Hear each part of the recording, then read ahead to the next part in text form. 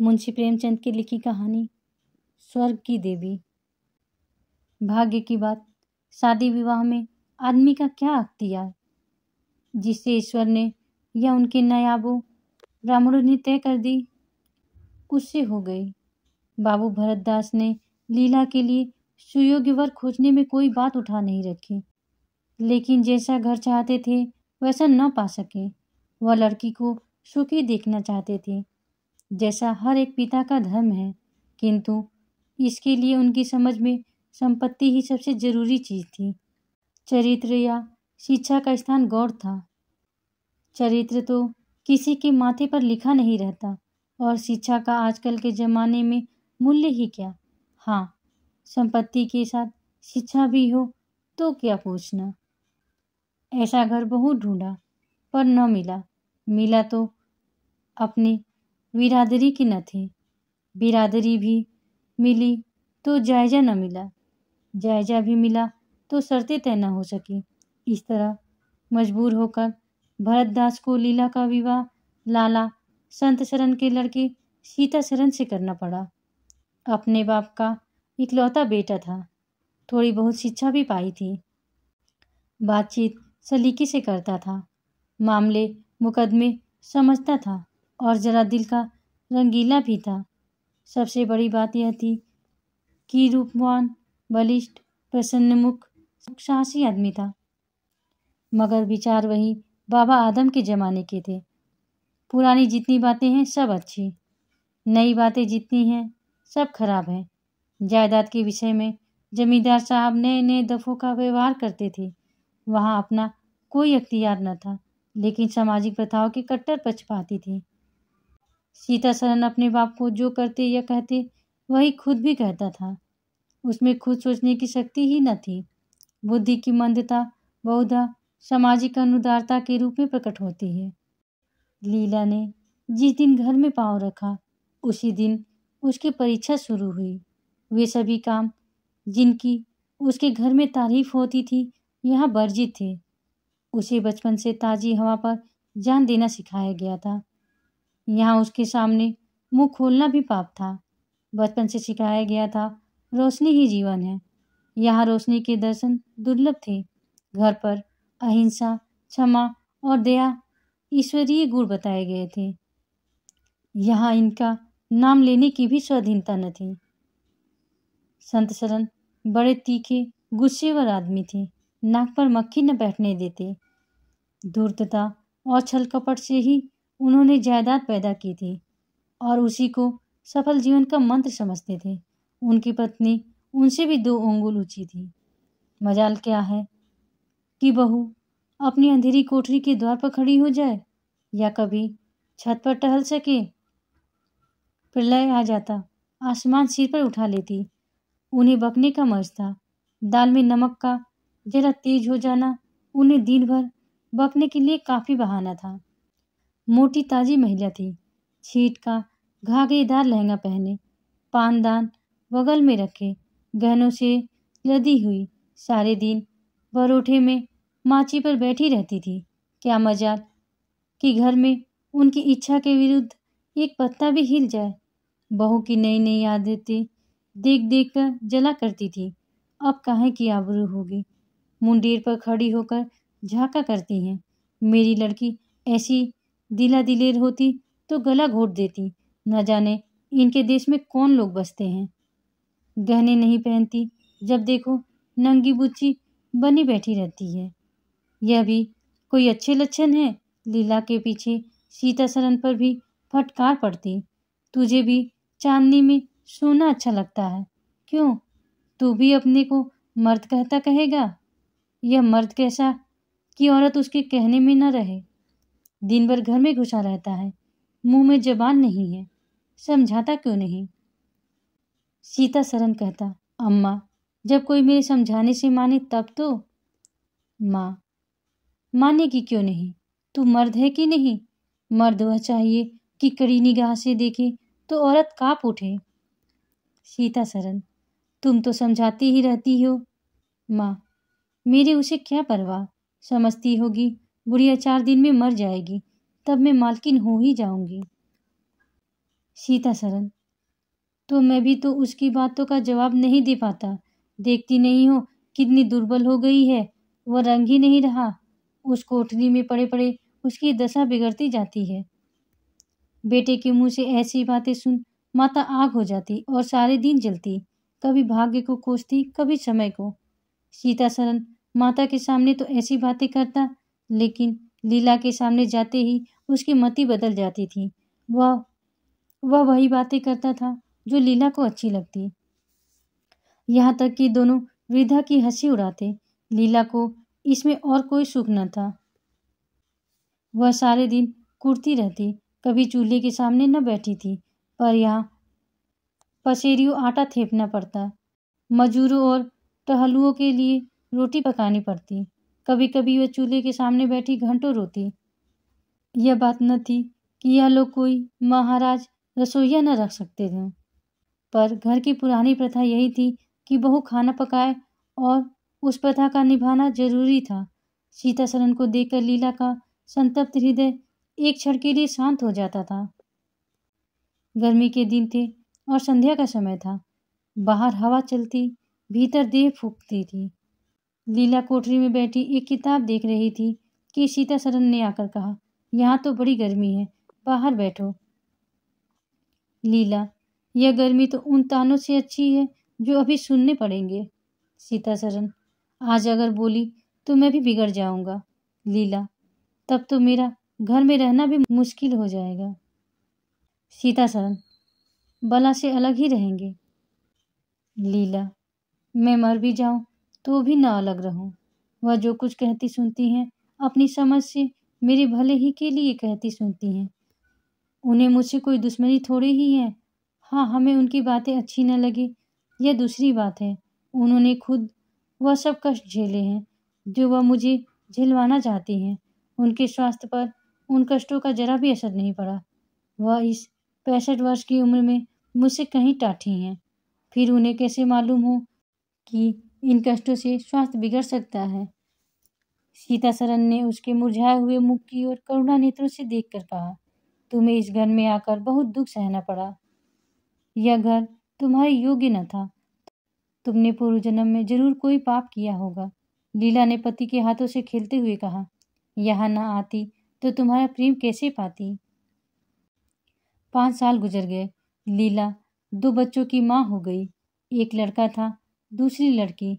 लड़के का नाम जानकी सनन रखा गया और लड़की का कामिनी। दोनों बच्चे घर को गुलजार किए रहते थे। लड़की दादा से हीली थी, लड़का दादी से। दोनों शोख और शरीर थे। गाली दे बैठना, मुंह चिढ़ा देना तो उनके लिए मामूली बात थी। दिन भर खाते और आए दिन बीमार पड़े रहते। लीला ने खुद सभी कष्ट सह लिए थे, पर बच्चों में बुरी आदतों का पड़ना उसे बहुत बुरा मालूम होता था, किंतु उसकी कौन सुनता था। बच्चों की माता होकर उसकी अब गणना ही न रही थी। जो कुछ थे बच्चे थे, वह कुछ न थे। उसे किसी बच्चे को डांटने का भी अधिकार न था। सास फाड़ खाती थी। सबसे बड़ी आपत्ति यह थी कि उसका स्वास्थ्य अब और भी खराब हो गया था।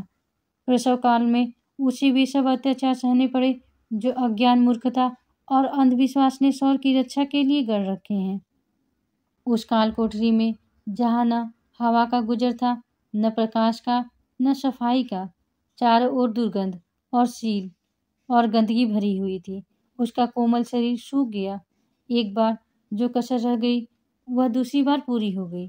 चेहरा पीला पड़ गया, आंखें धंस गई। ऐसा मालूम होता बदन में खून ही नहीं रहा, सूरत ही बदल गई। गर्मियों के दिन थे। एक तरफ आम पके, दूसरी तरफ खरबूजे। इन दोनों फलों की ऐसी अच्छी फसल कभी न हुई थी। अब कि इनमें इतनी मिठास न जाने कहाँ से आई थी कि कितना ही खाओ मन न भरे।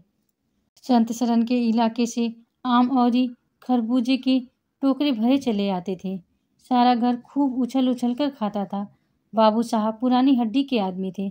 सवेरे 1 सैकड़े आमों का नाश्ता करते, फिर पसेरी भर खरबूज चट कर जाते। मालकिन उनसे पीछे रहने वाली न थी।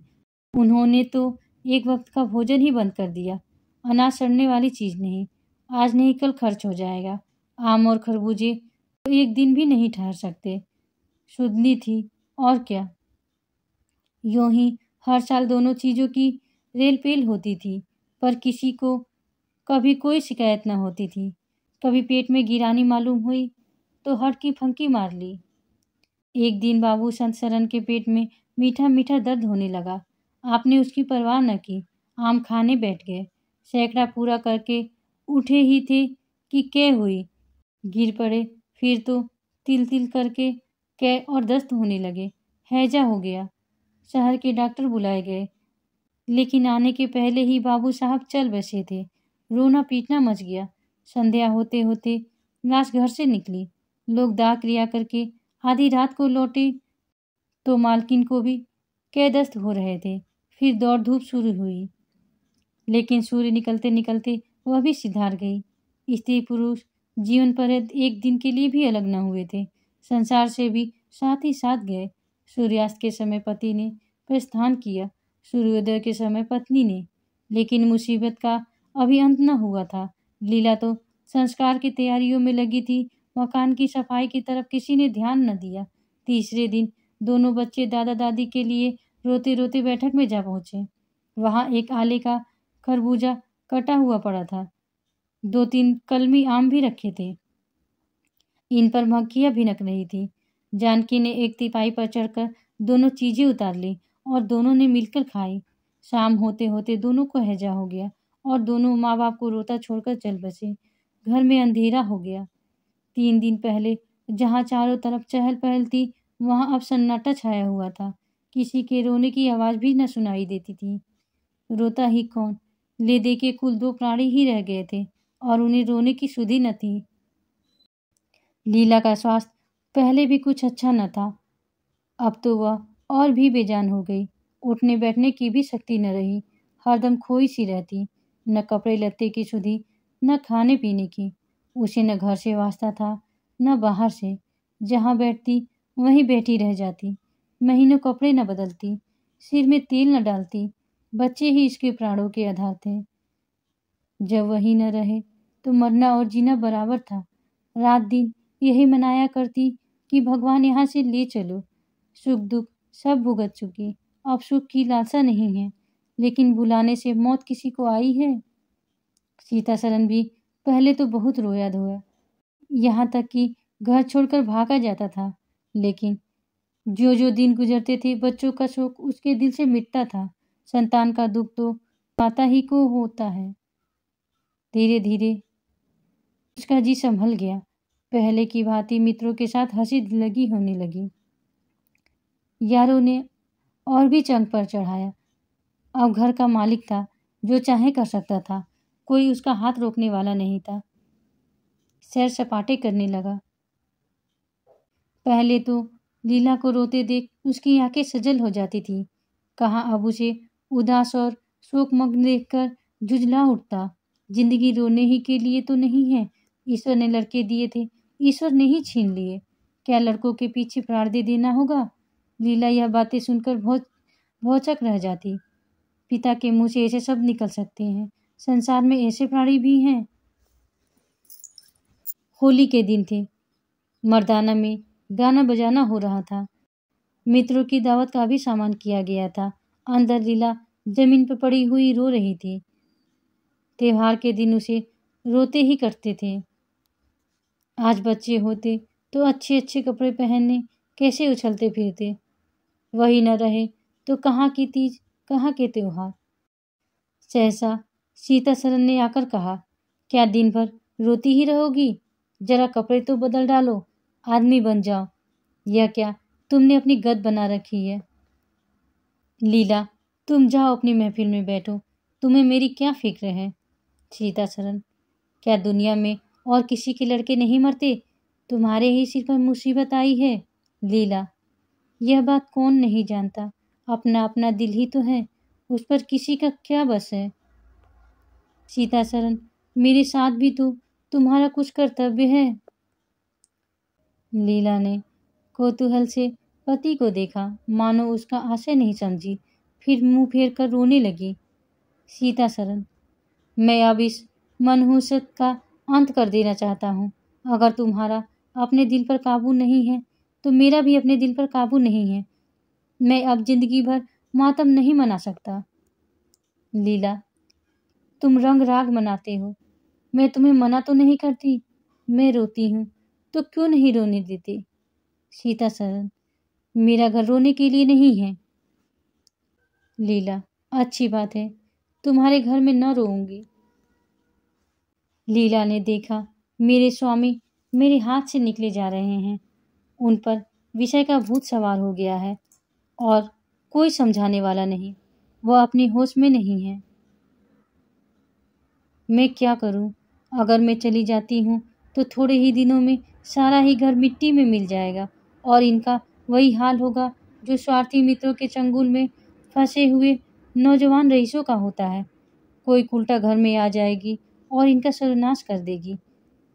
ईश्वर, मैं क्या करूं? अगर इन्हें कोई बीमारी हो जाती तो क्या मैं उस दशा में इन्हें छोड़कर चली जाती? कभी नहीं। मैं तन मन से इनकी सेवा शुश्रूषा करती, ईश्वर से प्रार्थना करती, देवताओं की मनौतियाँ करती। माना इन्हें शारीरिक रोग नहीं है लेकिन मानसिक रोग अवश्य है। आदमी रोने की जगह हंसे और हंसने की जगह रोए, उसके दीवाने होने में क्या संदेह है? मेरे चले जाने से इनका सर्वनाश हो जाएगा। इन्हें बचाना मेरा धर्म है। हाँ, मुझे अपना शोक भूल जाना होगा। रोऊंगी, रोना तो तकदीर में लिखा ही है। रोऊंगी लेकिन हंस हंस कर अपने भाग्य से लड़ूंगी। जो जाते रहे उनके नाम के सिवा और कर ही क्या सकती हूँ, लेकिन जो है उसे न जाने दूंगी। हाँ, ये टूटे हुए हृदय आज तेरे टुकड़ों को जमा करके एक समाधि बनाओ और अपने शोक को उसके हवाले कर दो। ओ रोने वाली आंखों, आओ मेरे आंसुओं को अपनी विहंसित छटा में छुपा लो। आओ मेरे आभूषणों, मैंने बहुत दिनों तक तुम्हारा अपमान किया है। मेरा अपराध क्षमा करो। तुम मेरे भले दिनों के साक्षी हो। तुमने मेरे साथ बहुत विहार किए हैं। अब इस संकट में मेरा साथ दो, मगर देखो दगा न करना, मेरे भेदों को छुपाए रखना। पिछले पहर को महफिल में सन्नाटा हो गया। हूँ हाँ की आवाजें बंद हो गई। लीला ने सोचा, क्या लोग कहीं चले गए या सो गए? एकाएक सन्नाटा क्यों छा गया? जाकर दहलीज में खड़ी हो गई और बैठक में झांक कर देखा। सारी देह में एक ज्वाला सी दौड़ गई। मित्र लोग विदा हो गए थे। समाजियों का पता न था। केवल एक रमणी मसनद पर लेटी हुई थी और सीता सरन सामने झुका हुआ उसे बहुत धीरे धीरे बातें कर रहा था। दोनों के चेहरों और आंखों से उनके मन के भाव साफ झलक रहे थे। एक की आंखों में अनुराग था, दूसरी की आंखों में कटाक्ष। एक भोला भाला हृदय एक मायाविनी रमणी के हाथों लुटा जाता था। लीला की संपत्ति को उसकी आंखों के सामने एक छलनी चुराई जाती थी। लीला को ऐसा क्रोध आया कि इसी समय चलकर इस उल्टा को आड़े हाथों लूं, ऐसा दुत्कारूं कि वह भी याद करे, खड़े खड़े निकाल दूं। वह पत्नी भाव जो बहुत दिनों से सो रहा था जाग उठा, विकल करने लगा, पर उसने जब्त किया। वेग में दौड़ती हुई तृष्णाएं अकस्मात में न रोकी जा सकती थी। वह उल्टे पांव भीतर लौट आई और मन को शांत करके सोचने लगी। वह रूप रंग में, हाव भाव में, नखरे तिल्ले में उस दुष्टा की बराबरी नहीं कर सकती। बिल्कुल चांद का टुकड़ा है। अंग अंग में स्फूर्ति भरी हुई है। पोर पोर में मत छलक रहा है। उसकी आंखों में कितनी तृष्णा है। तृष्णा नहीं बल्कि ज्वाला। लीला उसी वक्त आईने के सामने गई। आज कई महीनों के बाद उसने आईने में अपनी सूरत देखी। उस मुख से एक आह निकल गई। शोक ने उसकी काया पलट कर दी थी। उस रमणी के सामने वह ऐसी लगती थी जैसे गुलाब के सामने जूही का फूल। सीता सरन का खुमार शाम को टूटा।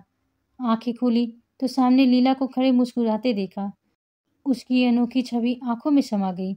ऐसे खुश हुए मानो बहुत दिनों के वियोग के बाद उससे भेंट हुई हो।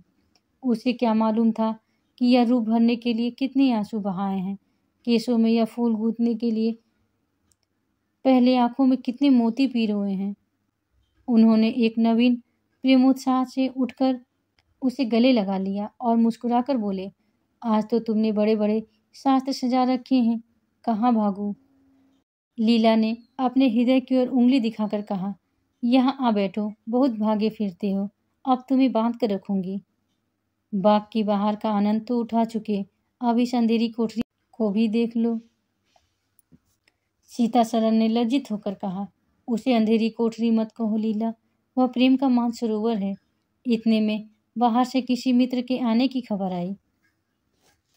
सीता सरन चलने लगे तो लीला ने उनका हाथ पकड़कर कहा, मैं न जाने दूंगी। सीता सरन, अभी आता हूँ। लीला, मुझे डर है, कहीं तुम चले न जाओ। सीता सरन बाहर आए तो मित्र महाशय बोले, आज दिन भर सोते हो क्या? बहुत खुश नजर आते हो। इस वक्त तो वहां चलने की ठहरी थी ना, तुम्हारी राह देख रही है। सीता सरन, चलने को तैयार हो, लेकिन लीला जाने नहीं देगी। मित्र, नीरे गावदी ही रहे, आ गए फिर बीबी के पंजे में, फिर किस फिरते पर गरमाए थे। सीता सरन, लीला ने घर से निकाल दिया था, तब आश्रय ढूंढता फिरता था, अब उसने द्वार खोल दिए हैं और खड़ी बुला रही है। मित्र, आज वह आनंद कहाँ? घर को लाख सजाओ तो क्या बाग हो जाएगा? सीता सरन, भाई, घर बाग नहीं हो सकता, पर स्वर्ग हो सकता है। मुझे इस वक्त अपनी क्षुद्रता पर जितनी लज्जा आ रही है वह मैं ही जानता हूँ। जिस संतान शोक में उसने अपने शरीर को भुला डाला और अपने रूप लावण्य को मिटा दिया, उसी शोक को केवल मेरा एक इशारा पाकर उसने भुला दिया। ऐसा भुला दिया मानो कभी शोक हुआ ही नहीं। मैं जानता हूँ वह बड़े से बड़ी कष्ट सह सकती है, मेरी रक्षा उसके लिए आवश्यक है। जब अपनी उदासीनता के कारण उसने मेरी दशा बिगड़ते देखी तो अपना सारा शोक भूल गई। आज मैंने उसे अपने आभूषण पहनकर मुस्कुराते हुए देखा तो मेरी आत्मा पुलकित हो उठी। मुझे ऐसा मालूम हो रहा है कि वह स्वर्ग की देवी है और केवल मुझ जैसे दुर्बल प्राणी की रक्षा करने भेजी गई है। मैंने उसे कठोर शब्द कहे, वे अगर अपनी सारी संपत्ति बेचकर भी मिल सकती तो लौटा लेता। लीला वास्तव में स्वर्ग की देवी है। आप सुन रहे थे प्रेमचंद की कहानी स्वर्ग की देवी। कहानी सुनने के लिए धन्यवाद।